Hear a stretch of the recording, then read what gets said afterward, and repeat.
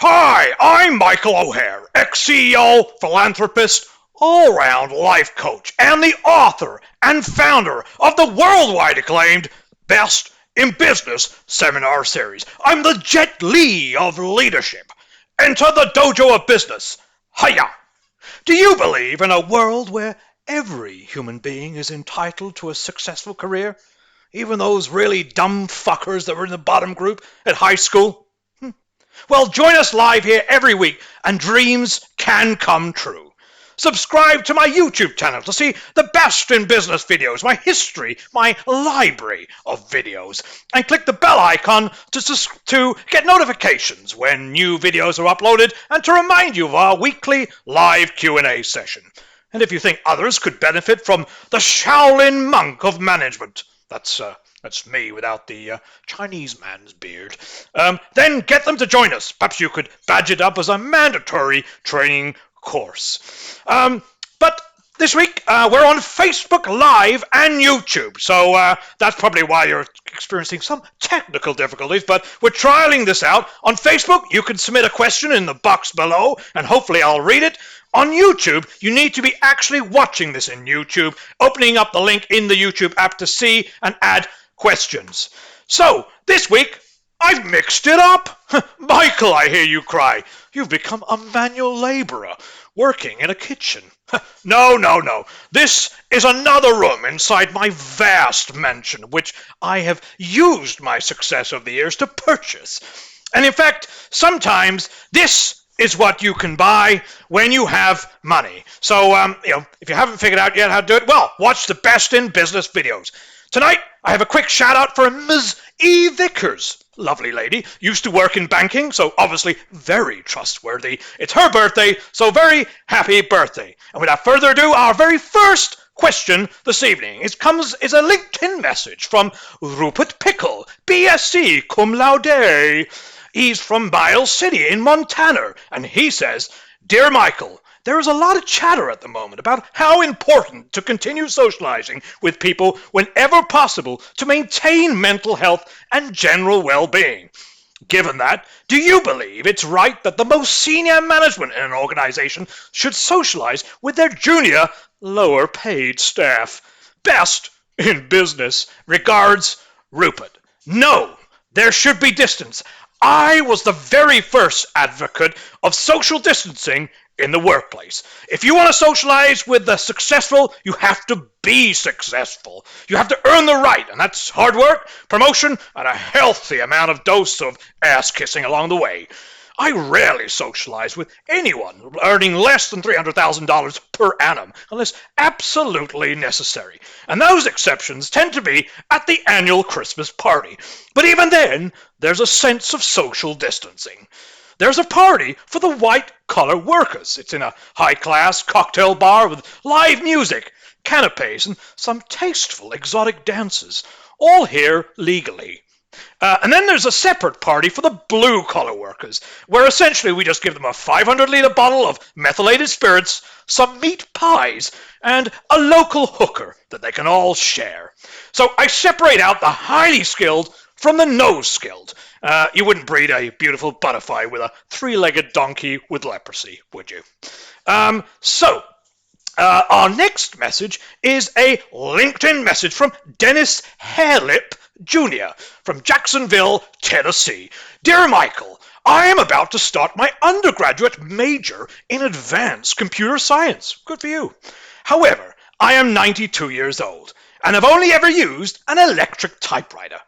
I'm doing some background course reading and would like to know, what is the cloud? And does it exist?" What? Good question. What is it? Is it a state of mind? Is it a celestial body? No. It's a lie. It doesn't fucking exist. It's a magnificent illusion created by Amazon, who've made a healthy amount of money from it. In fact, last year, Jeff Bezos and I were laughing about it when we caught up for sushi at Davos. But essentially, this is what they do. "Oh, we'll take your videos. We'll take your photos. People saving videos and photos to the cloud, you never see them again, no matter how many times you will speak to Abdul in Amazon customer services. So what is the cloud? Nobody has ever touched the cloud. Nobody has ever seen the cloud. Where does it exist? Space? Our hearts? Is it all around us? No. It doesn't exist. It's a figment of the business imagination. People say phrases like, I'm going to outsource to the cloud. I'm going to save it to the cloud. Don't bother reading any more on it. It's a dead duck. And good luck with your course. My next message, it's an Instagram message from my personal yoga guru, Men Aha, who I've actually witnessed a full-scale video conferencing session with her legs wrapped entirely around her neck and her feet tied in a nice bow. Unfortunately, she did need medical attention afterwards to unwind her. And she says, Namaste, Michael. I know it's traditional for people to sleep their way to the top, but can bribing work too, monetary or otherwise? Thank you, please. Men, we tend not to use that word anymore. It's seen as dirty, the bribe word. We tend to use other words nowadays. More common words that you might want to use to describe bribe are a facilitation fee, a down payment, a sweetener, a deal breaker, a greaser for the wheels, bedding, a dirty deposit, a tickler, a bender, a nobbler, a teaser, lady lube, an Arab's handshake, a gentleman's finger, a Sunday roast, a vicar's lover, a Cleveland steamer, a chicken satay massage, Salman Rushdie's freedom, and Peregrine Took's pocket money. These are all terms that you can use, and yes, they are widely used in the world of business today. But remember, cash is king. Cash is king. Cash is king. But you can also sweeten the deal through an exchange of livestock, produce, gifts and hospitality, for example, tickets to the President's Club, and people, for example, family members, say it as a business dowry. So yes, go ahead, feel free to use these in your business deals. We've got a few people in tonight, one saying, stay alert. Oh yes, stay alert, stay alert. Stay alert. Sound like a mad Irishman there. No offense to Irish people. So our next question comes from, a Facebook message from Tracy McNally. She's a receptionist in Irvine, California. Hi, Michael. Hope you had a great week. I did indeed, thank you. I work at a private wealth management firm. Good for you. And I am trying to focus on progressing my career. How can I make myself sound more important? Well, thanks, Tracy, for some very quick items here. First of all, get a proper job title. You're not a receptionist. You're not a receptionist. You're a global head of telephony management and executive room bookings. Right? Number two, a second item that elevates your importance is enunciate. Speak very loudly and slowly, as though you were speaking to a deaf employee or a very low-skilled worker. For example, on a video conferencing call, please can everybody go on mute? Or when you're reprimanding maybe a member of staff, please don't patronize me, okay? And finally, decisive pointing and monosyllabic words. For example, you, her. Nice. Out. Hot. So try those three things out and you should see progression in no time at all, Tracy.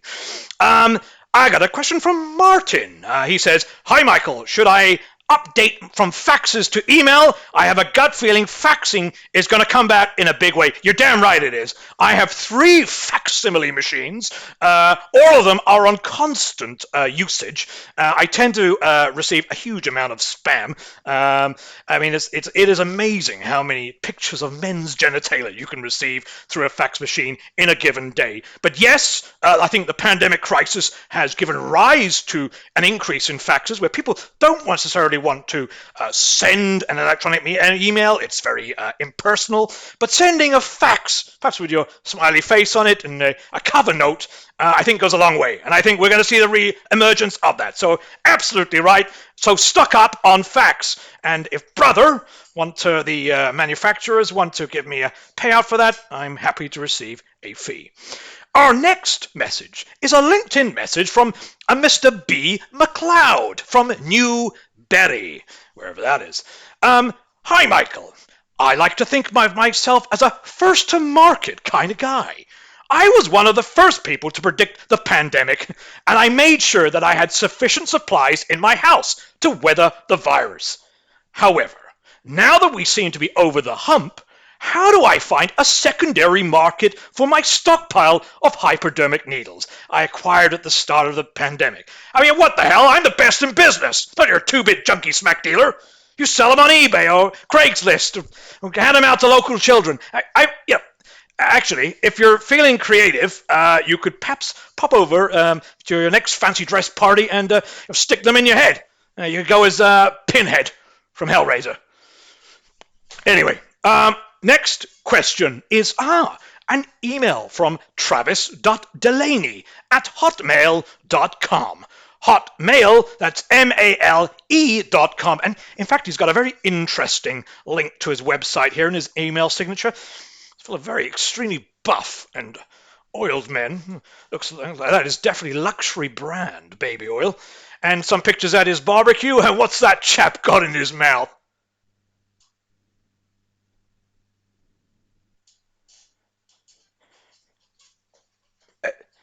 Anyway, he says, Dear Michael, I've been working for an investment bank for the last 5 years. However, next week, I've got my first meeting with the financial regulator. I'm a bit nervous, to be honest. Is it something I need to worry about or prepare for? Fuck no. Regulators are like car parking attendants, tax collectors, traffic cops, Jehovah's Witnesses, and rapists. Nobody grows up wanting to be one, but some people just cannot avoid becoming one. It's in their DNA.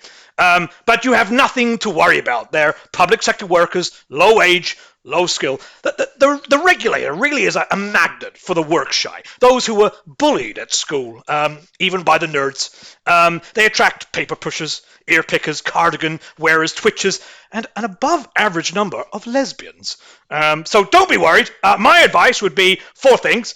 Turn up late, at least 30 minutes late. Show them who's boss. Put your feet up on the table. Say you got 5 minutes. Shoot.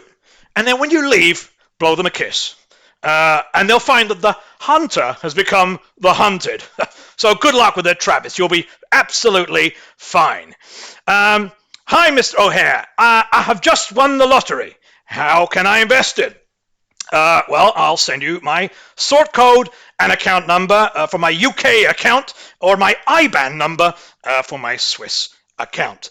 Anyway, thank you for that. Twitter message from @TrumpsRump. Hey, Harry. I'm not even going to read that one. Did we just check that wasn't from Donald himself? He did used to call me that back in the 80s. I called him Monkey Nuts. That's because he did have a very weird left testicle. Did actually look like a monkey nut. Twin testicle. Nope, that's not him. Okay, right, our very final message this evening it's a YouTube message I got last week from NM, it's our resident Best in Business rapper. He says, Hi, Michael. As some of your questions over the last few weeks have noted, many of your Best in Business followers are working from home. Whilst I acknowledge the severity of the current pandemic crisis, I am on the verge of battering my wife senseless with my laptop. It's an Apple MacBook Pro, and the cost of buying a new one is the only thing stopping me. Do you have any suggested business techniques that I could use to resolve my domestic challenges at home? Well, best in business techniques are transferable skills, whatever that means. The burning desire to stab someone repeatedly in the face can happen at home or indeed in the office. Living with family can be like living with full-time employees, disruptive and low-performing ones too. These are people who don't contribute to the revenue of the house, but are like a cost center, sitting there idle on their phones gossiping, much like an HR function. There are 3 very simple things that you can do, NM, to resolve the tension. Number 1, tell them repeatedly to calm down. Say it slowly and deliberately. Calm down. Calm down. It's very effective and doesn't in any way provoke or heighten tension. Number 2, don't make eye contact. Most people are provoked if you make eye contact. And experts say that you're not supposed to make eye contact if you ever encounter a grizzly bear in a forest, right? Same thing here, okay? Stare down at your phone while you're being spoken to, a book, even look out the window or appear as though you're looking on TV. But whatever happens, do not make eye contact when somebody is talking to you or indeed shouting at you. And finally, whenever they speak, just say, yeah, yeah, yeah. Yeah, yeah, yeah. 3 times, very quickly. Yeah, yeah, yeah. Yeah, yeah, yeah. It acknowledges that you're listening to them and you want to proceed to a resolution very quickly. These tips will definitely help you. And that brings us to the very end of our weekly session. We do have more questions, and I'll try and squeeze them in for next week. But what I'd say is thank you. Thanks for joining us on Enter the Dojo of Business. Hiya. Subscribe to the channel and click the bell icon, as I said earlier. And keep sending the questions in. I believe we can make every human being have a successful career. And there's 2 ways we can do that. You can share the best in business videos and social media, WhatsApp. You could harangue your ex-wife with it, and get others to join us for the value. Let's just do our bit for humanity. And finally, the thumbnail picture you've seen on this link today was with me and Donald in Central Park, New York in 1981.